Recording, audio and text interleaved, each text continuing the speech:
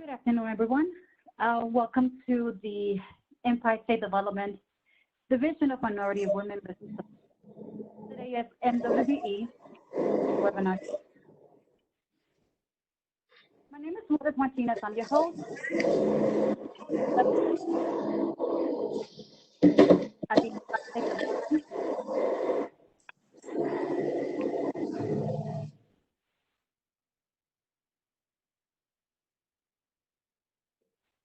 I apologize for that. Senior Business Development Associate Vice.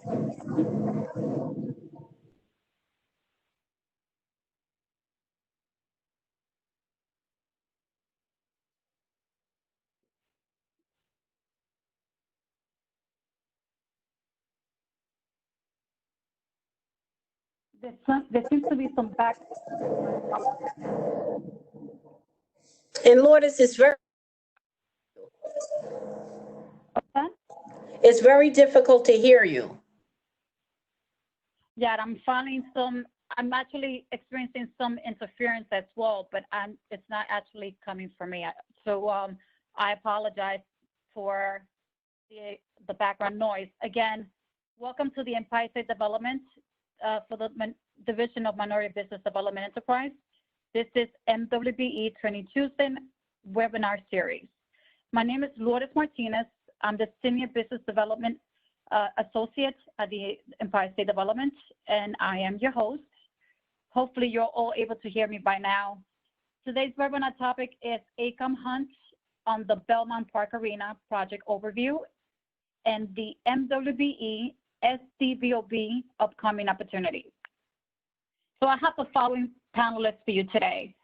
So I have Project Manager Tracy Mitchell from MTA and Mega Projects Administrator for the Empire State Development and New York State Thruway.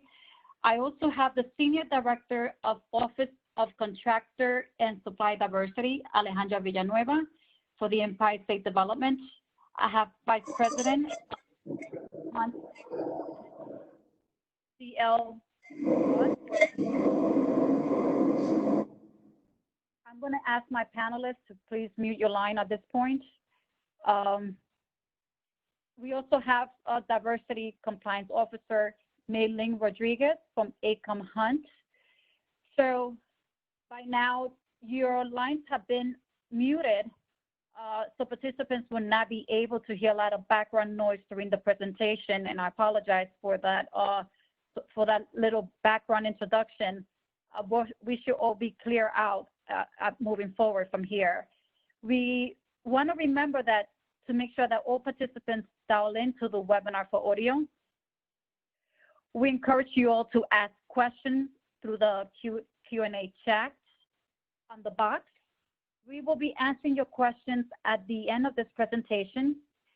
Following the presentation, you will receive a few survey questions pop up on your screen.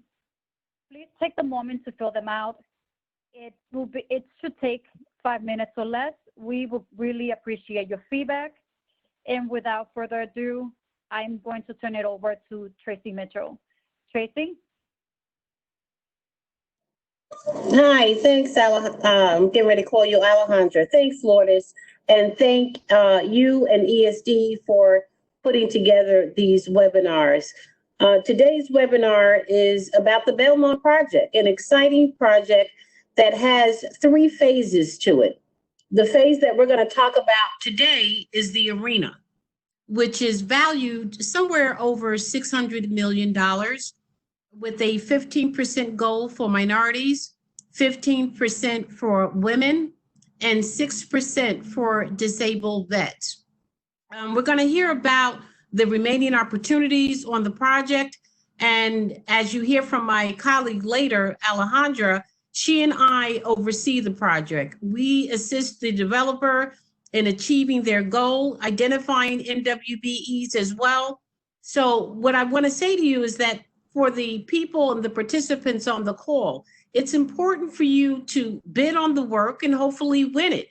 You have to be in it to win it. So when we start to identify MWBEs that can perform certain scopes of work, We are expecting you to, sharpen your pencils and put your bids in. That's the only way that you can possibly win an award. So without further ado, I'm going to turn this over to my colleague, Alejandra Villanueva. Alejandra? Thank you, Tracy, and good afternoon, everyone. To just, follow up on what Tracy mentioned, today's focus is the arena project, but as a whole, the Belmont Park redevelopment project is large and has many opportunities for MWBEs and SDVOBs. So it's really great that all of you are in attendance today to hear about what's upcoming, what's in the short-term upcoming opportunities for the arena. If there is any opportunities that you're interested in that you may have not heard about today, reach out to Tracy or myself, and we can try to connect you to the right folks. Again, this is the first part of a much larger redevelopment in Long Island, so there are many opportunities for MWBEs. So with that being said, I also want to thank CL and Mei Ling and the entire AECOM Hunt and Sterling teams for being here today and for participating and for providing this information to our MWBEs and SDVOBs. We've been working closely together since the project started, and they are dedicated to making sure that the goals are met. So with that, I want to introduce you to CL. Thanks again for participating, and I believe there'll be time for questions and answers at the end. Thank you.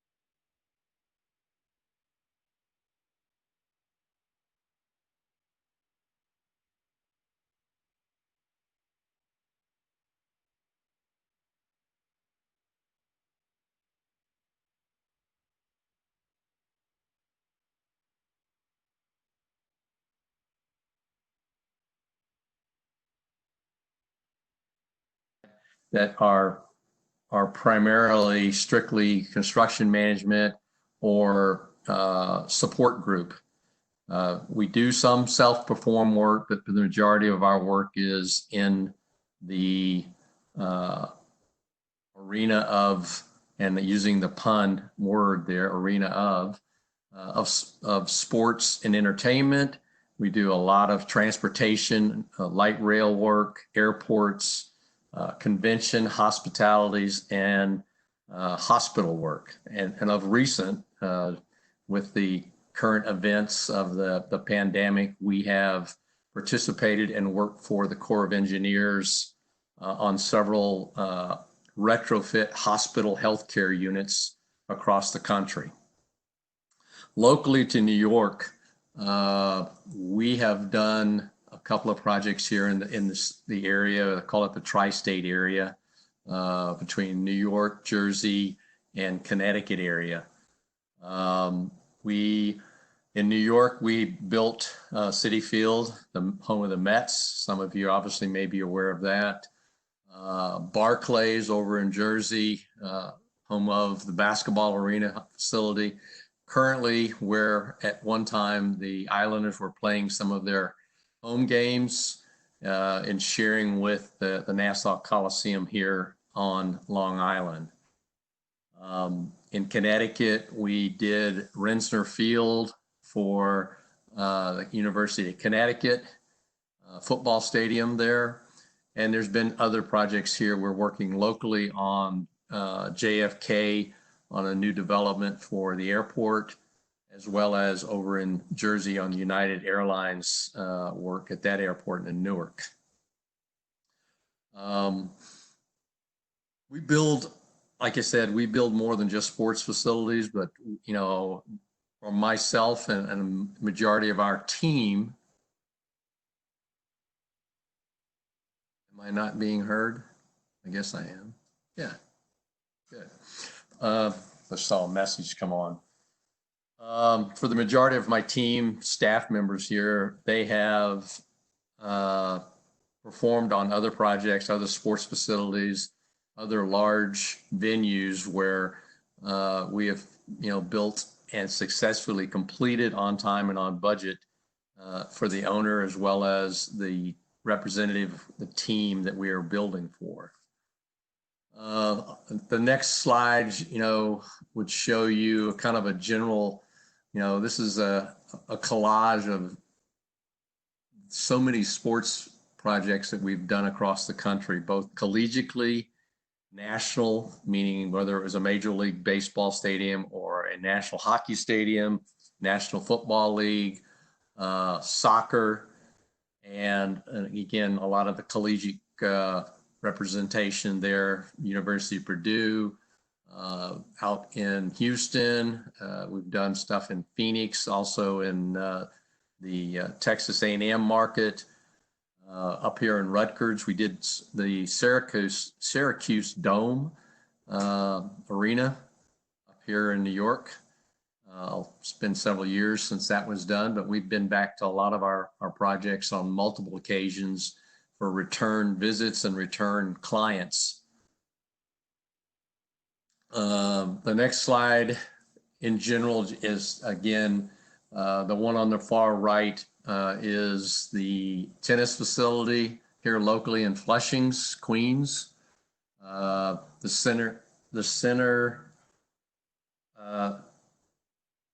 center photograph is Citi Field, Mets. And then I think everybody probably recognized the bottom and the upper left, which is Barclays over in Jersey. This definitely unique architectural design. That design was, again, done by the AECOM group as far as architecture. Hunt was the construction managers. And, we finished that project, and it was quite a tight site. It was a very unique site. It's probably one of the only ones that I've not been involved in this area, but it does have a rotational elevator raised platform that raises and lowers semis down into their lower loading dock area, which is quite unique and certainly a very challenging activity to be put in. The next slide, again, this is a little bit about our project in general. So our project is scheduled to open in October 2021 for substantial completion. We started the project the beginning of September when we basically kicked the dirt, and the governor and a lot of dignitaries came down and put a shovel in the ground and basically broke ground essentially for the project. We're located right on the Belmont Park horse track property in Elmont, New York. We are bordered on the west side by the Cross Island Parkway. To the south of us is the Hempstead Highway. Obviously, north and eastern of us is the grandstand for Belmont, as well as all of the horse stables and jockey facilities off to the east. This is going to be a new project for the Islanders. It's their home, that we're making it special for them. Obviously, they currently play over at Nassau Coliseum, which is not too far from here, but it obviously doesn't have all of the bells and whistles that this facility will have. As mentioned prior to my coming on, the project does have a 15% goal for the minority participation, 15% for the WBE participation, and for service disabled businesses is 6%. The certification for that particular diversity participation is by Empire State Development. Excuse me, I'm sorry, I lost my train of thought.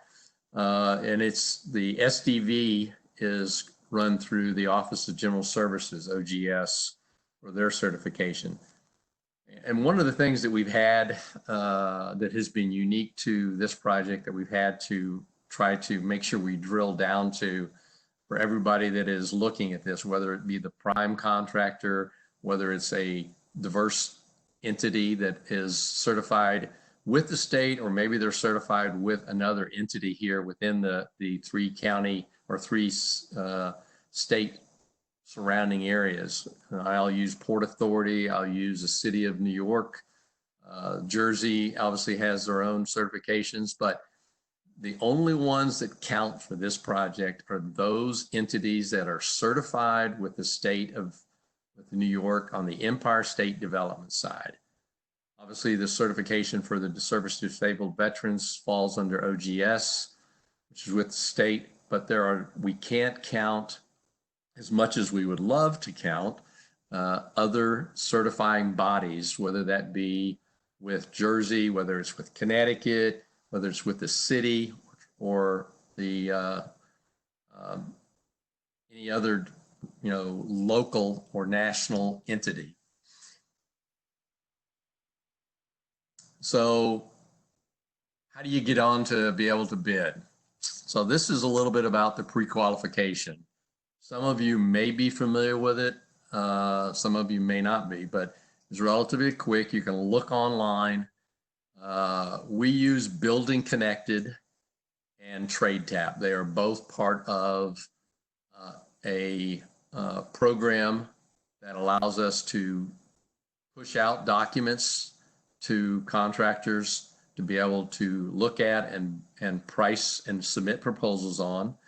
We communicate with the contractors when we're bidding through Building Connected. We load drawings, specs, the project requirements, the bid manuals, all of the logistics, all the safety manuals, copies of our contract so that everybody can see what they're going to be signing up for should they be selected and awarded a contract. The first thing you have to do is get TradeTap. TradeTap is a pre-qualification platform that, along with AECOM and other large construction management groups and general contractors, utilize this in order to qualify and determine if a contractor is capable of performing and bidding the work based on several criteria: safety, insurance, financial status, bonding status, and obviously one of the key things is do they have the capabilities to perform the work? What is their workload? We don't want to overload anybody, and we don't want to have somebody sign up for something and not being able to complete the job, whether it's for themselves, for us, or the owner. So in TradeTap, there is a series of questions. There's a requirement to upload documents, both of safety status, your OSHA logs, financial information relative to banking, financial information relative to your year-end fiscal over a past period of a couple of years.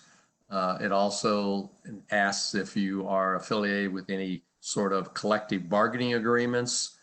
Some projects are required by that. Our project does not. But those are some of the general questions. Those get analyzed and put in a criteria, and there's a risk analysis that is done by this group in TradeTap to determine if a company has the size, capability, and wherewithal to be able to provide a bid as a prime contractor. I'm still on, right? Okay. Bid packages, we run those through there. The prime bidders are invited through and pre-qualified through TradeTap. They're invited into the platform for Building Connected in order to see the documents once they've signed a non-disclosure affidavit. And then we start the process of bidding. All proposals that we receive for the work scopes that we are buying are through TradeTap.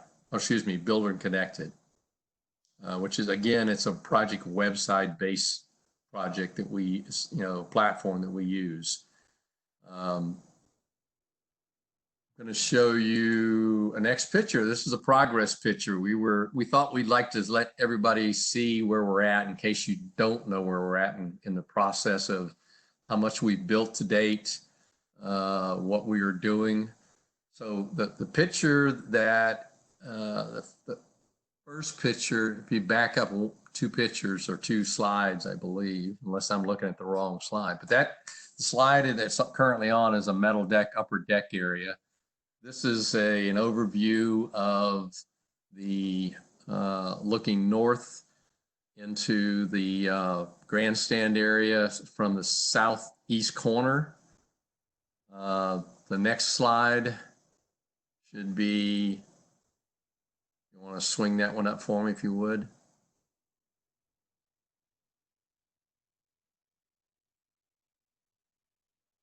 Can I do it? No, I can't.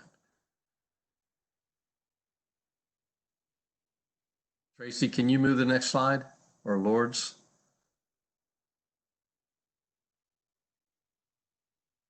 Sorry about that. Got some.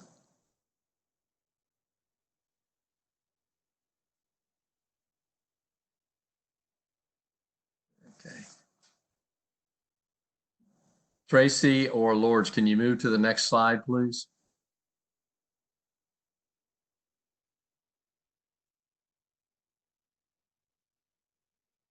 So just to give you a little background here, we started, like you say, in September of 2019.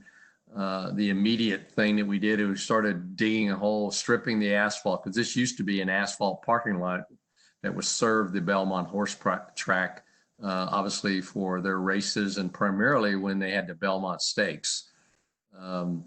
We have moved a really bunch of dirt and moved it off-site. Some of it was obviously processed and it was sifted and sand granular to different levels and was shipped off to various companies around the area for concrete mix use, landscaping use, building foundation fill, and the remainder has stayed on site, and we're using it for backfill against our concrete retaining walls. The progress photo that's up right now shows, this is quadrant A. It's one of our first quads where we started, which is, I know this is a little difficult, but we started on 3-line, working clockwise, which would be on the eastern portion of the arena, working towards Hempstead, which would be heading south and coming around and going back up along parallel with the Cross Island, which would be the west side of the project.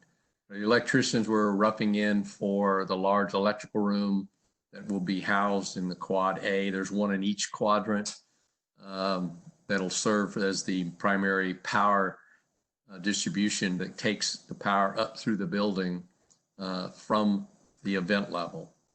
And that level there is currently the event level. Next slide, please. Here's some more of the electrical work that is being placed. This is running, again, this main line of power runs all the way back over towards the loading dock, which we don't have a shot of, but the loading dock happens to sit right at the borderline of the northern west corner of the property of the building. So all of the power that runs from the main transformer unit that comes in from PSS&G, who is actually providing power to the arena, from a substation that sits on the north side of the racetrack, which you can't see from the event area, feeds into the arena and then distributes around into the 4 quadrants of the building and then goes vertically up. Next slide, please. Okay, so a little bit of project requirements again. Contracts all require a 100% payment and performance bond. Those are guarantees that, one, you perform as a contractor, and two, you make payments to your suppliers and vendors that you purchased equipment or provided or purchased labor from. If you had, a second tier sub, to ensure that they got paid. AECOM Hunt has a payment performance bond on the project that sits above everybody that we had to provide to the ownership group for our portion of the contract, as well as the main build out of the contract, which includes all the entire subcontractors. But each bidder that would be awarded a contract would have to provide a 100% payment performance bond with signing of their contract. We use FC Construction System, which is a badging system. It allows us to know when people come in and out of the job site. We have turnstiles, badges that identify the workers and the name of the company that they work for. It allows us to know that they have access and there's nobody on site that shouldn't be there, but it also is a safety factor so that should we have any kind of an event that we have to evacuate, we can check on a computer log right away that see that everybody that has badged in has actually badged out and left the property. The property, again, is based in Nassau County. We are a prevailing wage project. We are guided by the New York State Department of Labor and Nassau County's prevailing wages. We utilize, versus the old style certified payroll system where you would fill out paper and send it to somebody and they would just make boxes and boxes of paper that's stacked. We use LCP Tracker. It's an automated online submission of certified payrolls to confirm that we have actually, our subcontractors have paid the proper wage based on the prevailing wage. Counting process, again, this is something that most people are interested in because this is how you get paid. Textura is a payment management cloud service. We use that to receive bills from subcontractors and vendors. We use that in turn to submit to the owner and architect for approval. Once approved and processed, the payment is sent back through Textura and we pay through Textura to the subcontractors. It's all done online. It's basically a direct deposit. You don't have to, get a check and then go to the bank. So it's fairly quick. It's certainly interactive because not only do you get to submit, we get to review, and so does the architect at the same time. If there are any changes that need to be done to a billing, whether it's something that had to be added to it to include because you forgot something, or whether it was something that you billed and it wasn't quite done yet, you overbilled, that can be adjusted, and then you are asked to resubmit. B2G now, diversity reporting and compliance. So Mei-Ling Rodriguez, our diversity officer with AECOM Hunt, who is on the project full time to help with the diversity plan and utilization between ourselves and our subcontractors to make sure that we are submitting reporting to the state as well as to our ownership group on time. She is actually managing that reporting of compliance relative to payment and coordinating it with our prime subcontractors and the diverse subcontracting community and vendors that are part of the payment process and compliance reporting. This is, again, something that ESD uses. This is the first time that I have been involved with using it, but it seems fairly simple, and I'm sure most of you online have used it if you've been on a project that had diversity compliance utilization requirements. Next slide, please. So, monthly reporting, again, that's one of the things that the B2G now is about. We get reports in from the diverse companies. Again, we upload into the state's program, and then you are, as a diverse company, are asked to confirm that you have received payment.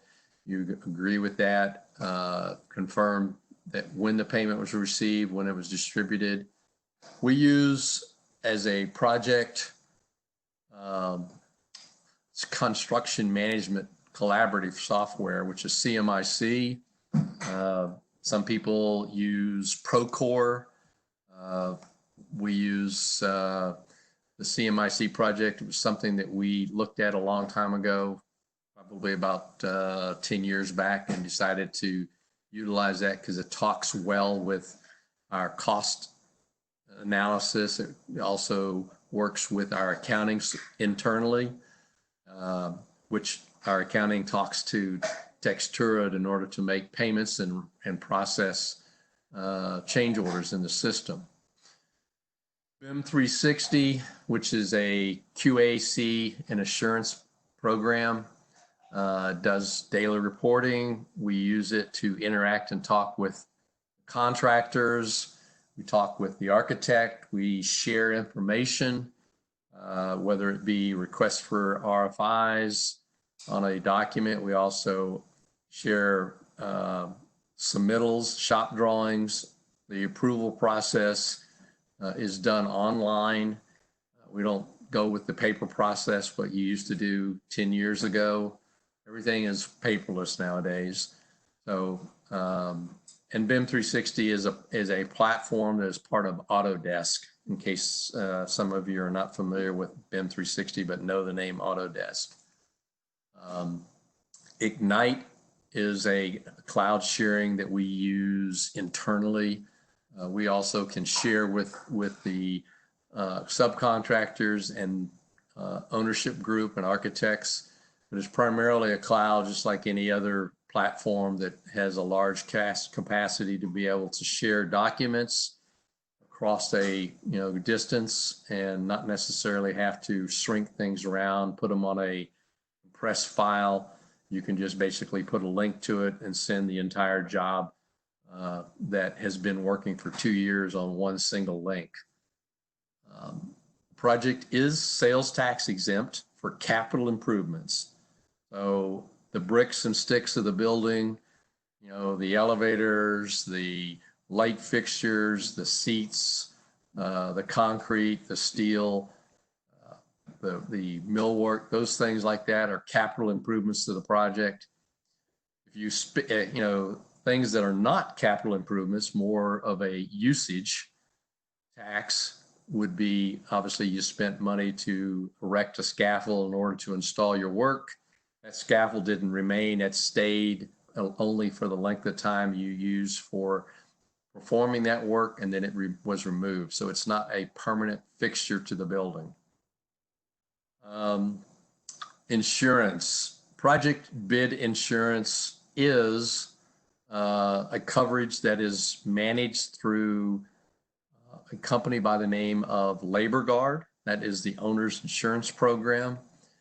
They are the reviewers, and they also do compliance relative to ensure that the coverages are correct, policies are correctly stated, and the endorsements are on the proper forms for the state of New York.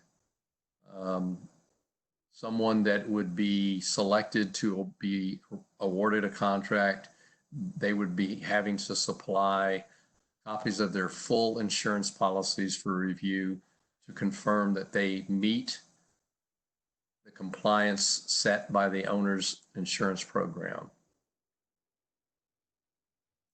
Next slide. Some of the other things, the project is seeking LEED certification. We have not established whether we will be able to achieve, a silver or gold, but we are going to achieve LEED certification on the project. If some of you are familiar with this, a lot of the background in order to become LEED goes into the original design of the building and design is obviously something that is always ongoing and changing. So the LEED certifications are harder sometimes to come by based on the type of project and where the project is. And when I say where it's at, it's depending on what the land is on. But we are seeking LEED certification. For every project, we go through a series of evaluations for the proposals that we receive on any scope. One of the things that Mei Ling is involved in, as well as our senior management, as well as the ownership representatives, Sterling Project Development, is to confirm diversity inclusion with the bid award. We obviously would love to get 15% across the board every time we take a bid in. We'd like to do better than that. We don't always see that, but we always make sure that we do get participation to a percentage that we can at least show that we've done the good faith efforts and made attempts to get it, because not all scopes are able to gain diverse inclusion. Regulatory offices, the land sits, as I mentioned, we sit on the Belmont Horse Park track. So that is the state of New York's property. That belongs to the Office of Oversight, who in turn, when the developer presented their proposal for the property and the development of this area for these projects, the arena and future retail development, hotel, future parking structure, the Office of ESD was the one that handed over or transferred the land development to the developer.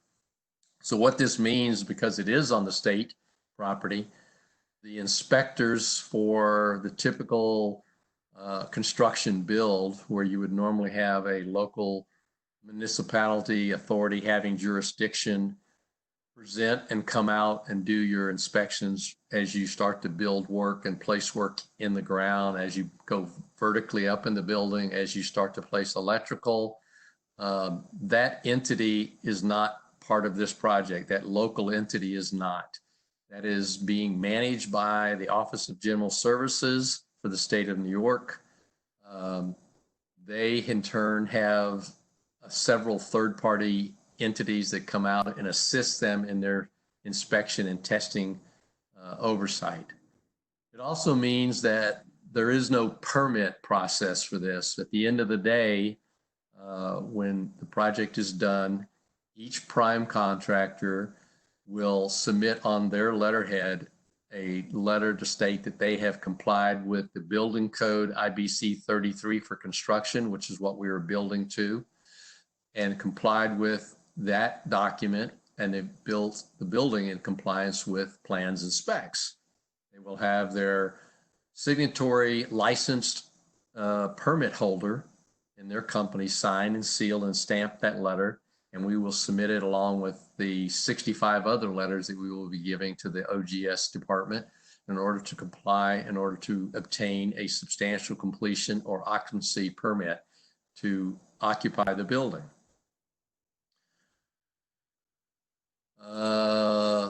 What's next here? So we're coming up on bid packages. The next one up, which the next slide, please. Next one.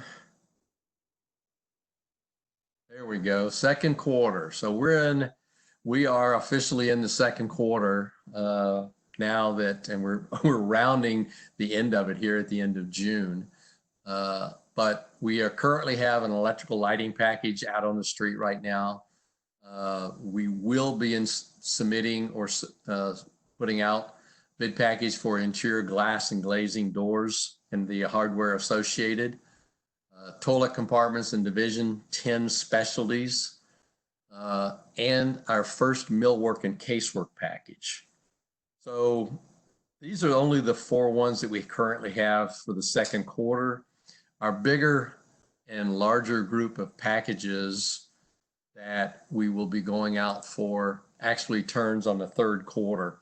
And our third quarter will begin obviously sometime in June, We do not receive our design documents for these packages until the 26th of June of this year, which will entail another package for millwork, decorative metal.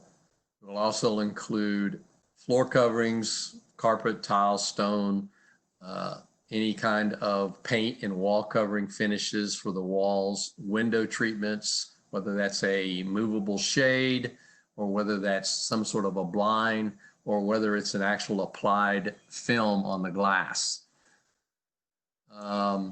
We also will be going out for the next slide, please.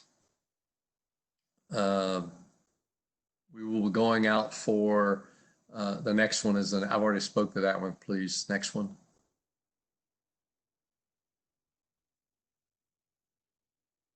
Next slide, please.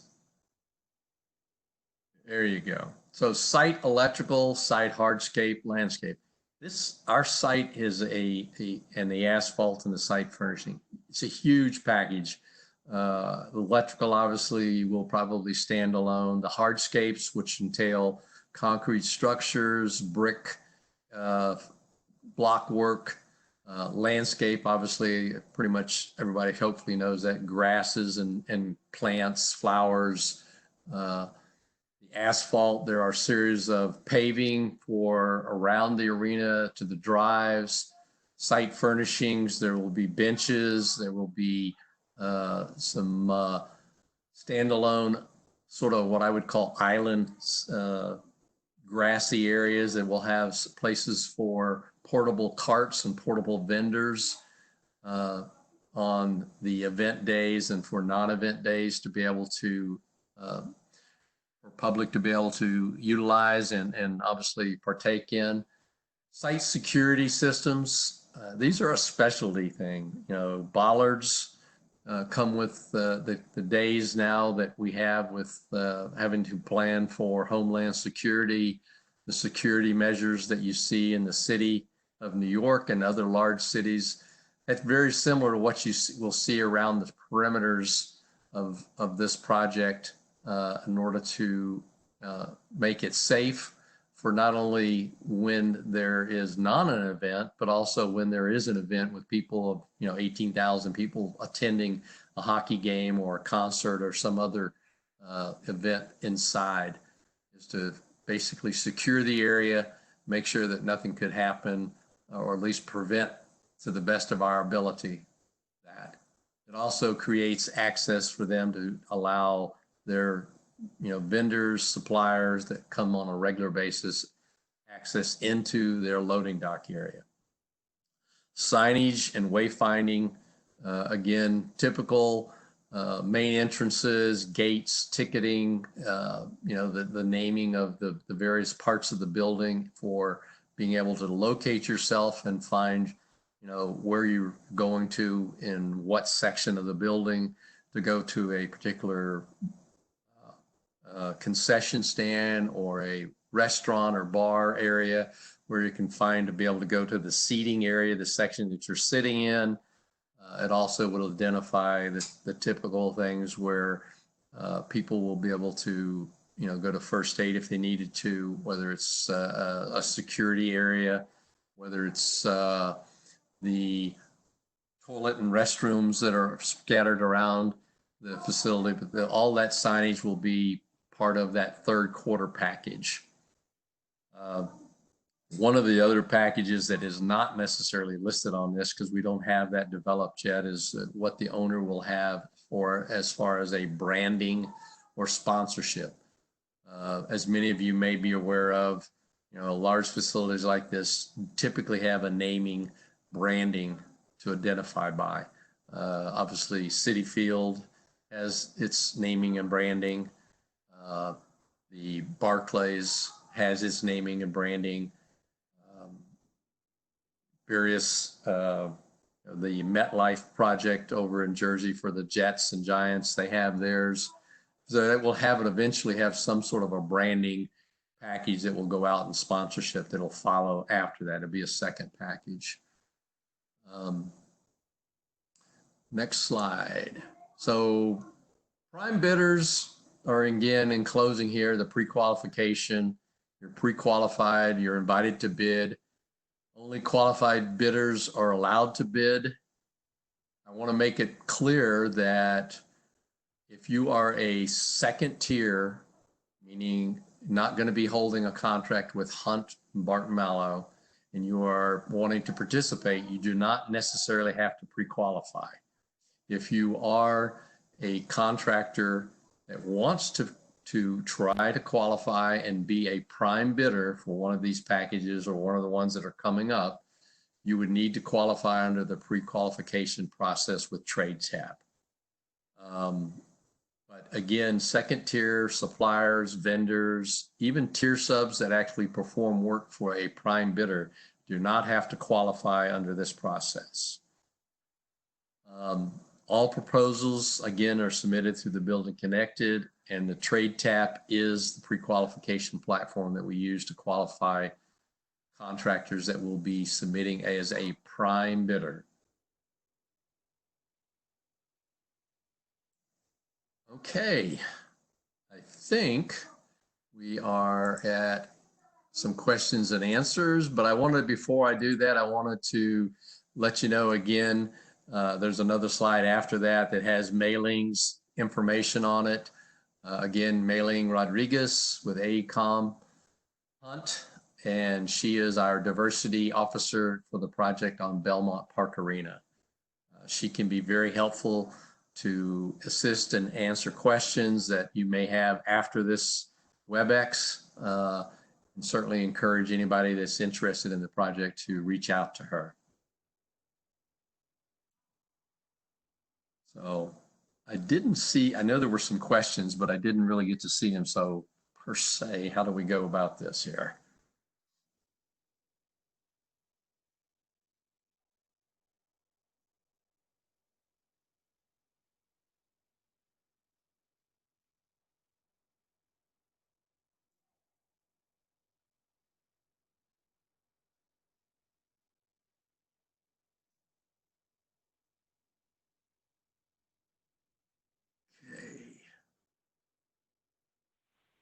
Okay, so audio, background noise, tons of noise. Okay, I see that.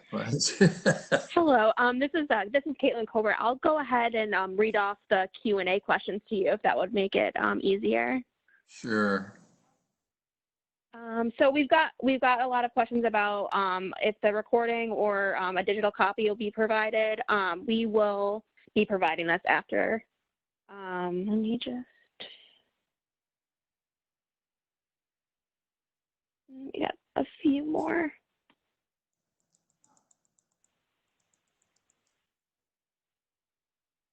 Is there any bid carpentry package below 500K? No, there isn't. The millwork packages that are left to bid are extremely large. That's why we've broken it up. They range in around between $14 and $15 million.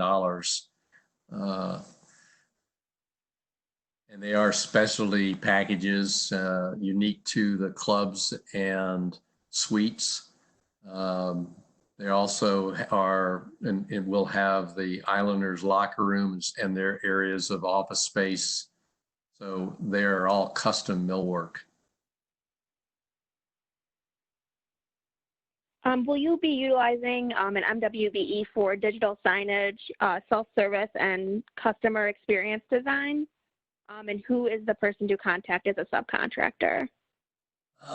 So currently some of the digital signage and what you are asking for, I guess, customer service type product line is being looked at from, some of it is being looked at from ownership yet, being a direct buy possibly. There are parts of our video boards and scoreboard that are the type of signage that you're talking about.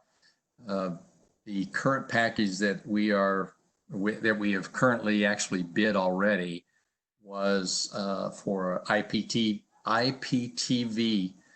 and video broadcast, AV. That has approximately 700 to 1,000 TVs. A lot of that will be video messaging and also video content that the owner will share across the platform and utilize most of those types of TVs, monitors to be able to share information. There will be what I would call a ticket reader type thing that would be utilized at their ticket offices and possibly maybe informational areas, but we haven't been asked to buy those yet. I don't know if the owner is buying those themselves. What opportunities still remain on the engineering side? So engineering side, and I neglected to actually mention this, that so our design team is made up of some national known entities. Populous out of Kansas City is the primary architect of record. Thornton Tomasetti is the structural engineer of record. ME Engineers is the mechanical, electrical, and plumbing engineer of record. Bowler is our site civil engineering group. And there are a few others, but that are not coming to mind right now, but there's some smaller ones that are out there. But most of the engineering that would be done would be if a particular scope package would require engineering to be sealed and stamped for drawings that the contractor would be providing as part of their bid proposal. But the main engineering on the project is complete. On the arena side, that has not been determined and is not yet selected on all cases for the future packages that the developer is working on, i.e. The retail space on the Hempstead's highway side, the south side, the future hotel and future parking garage. Those are not under the same design team.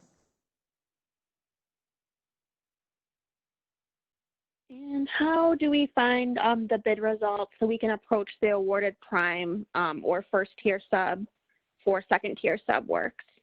So we don't publish results. We will, if somebody's interested, we will give you, we will do two things. If somebody's interested in one of these packages right now, we will give you a list of the prime bidders that were pre-qualified and approved and invited to bid.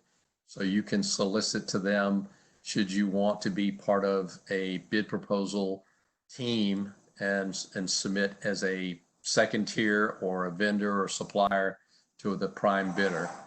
At the end of the day, when we make a selection and make an award recommendation to the owner, we will, again, if someone would like to know who the elected selected contractor was, we certainly will give that entity's name and company so that he again can be asked if he needs any help with his participation on the diversity side. And it may not be somebody that's diverse. He may, it may be another entity that sells widgets and the contractor needs widgets and maybe he needs to get a price for that. So Mei Ling is able to provide that information. Once we make an award and the owner approves that, we can obviously expose who that contractor is. During the bidding process, again, we're more than willing to provide names of the prime contractors should somebody want to reach out and talk to them and see if they can be of help and add to their diverse utilization plan. All right, so that looks like all of the questions that we have time for today. Lourdes, were you able to get back on to do the closing remarks?